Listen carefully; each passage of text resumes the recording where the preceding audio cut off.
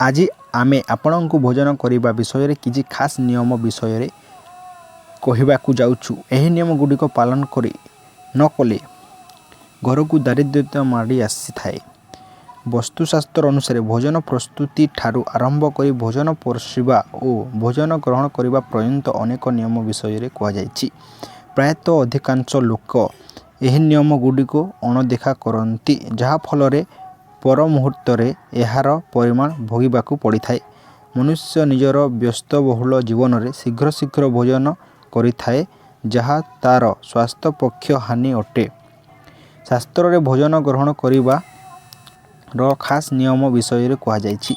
तेबे आसंतु जानिबा भोजन संबंधित केउ कथा उपरे ध्यान रखिबा आवश्यक।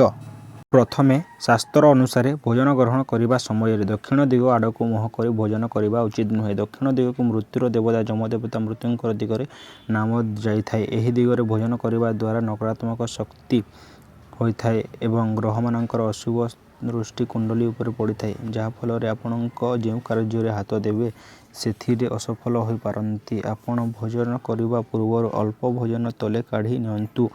तापर खाद्य खाई सारिबा परे एही खाद्य पशु बा पक्षी मानक खाद्य को दे दियंतु। एभली करिबा द्वारा देवी अन्नपूर्णा आपणकर समस्त नमस्कामना पूर्ण करिवे। घर सुख शांति विद्यमान रहबो। द्वितीय भोजन करुवा पानी ग्लास को सर्वदा डाहण पाखरे रखंतु। डाहण हाथ में भोजन करे पानी मध्य पी पारिबे। एभली करिबा द्वारा सौभाग्य प्राप्ति होता है। अधिकांश स्त्री लोक निजर स्वामी अईठा थाली रे भोजन करिथांती। एभली करिबा भूल अटे, जहाँफल देवी लक्ष्मी क्रोधित होइथांती। समस्ते सफा और परिष्कार थाली रे भोजन करिबा आवश्यक। यह सहित स्वास्थ्य उपरे मध्य खराब प्रभाव पड़ी थाए नाही। भोजन करिबा परे केबे भी थाली रे हाथ धोंतु नाही। अन्न देवी लक्ष्मी स्वरूप होइथांती, तेणु जो थाली रे अन्न खाइबे सेठारे हाथ धोइले पाप लगी थाए। धन्यवाद। आपण एमिति इनफॉर्मेटिव वीडियो गुडी को सर्वप्रथमे देखिबा पई हमर एही यूट्यूब चैनल को सब्सक्राइब करि नियंतु।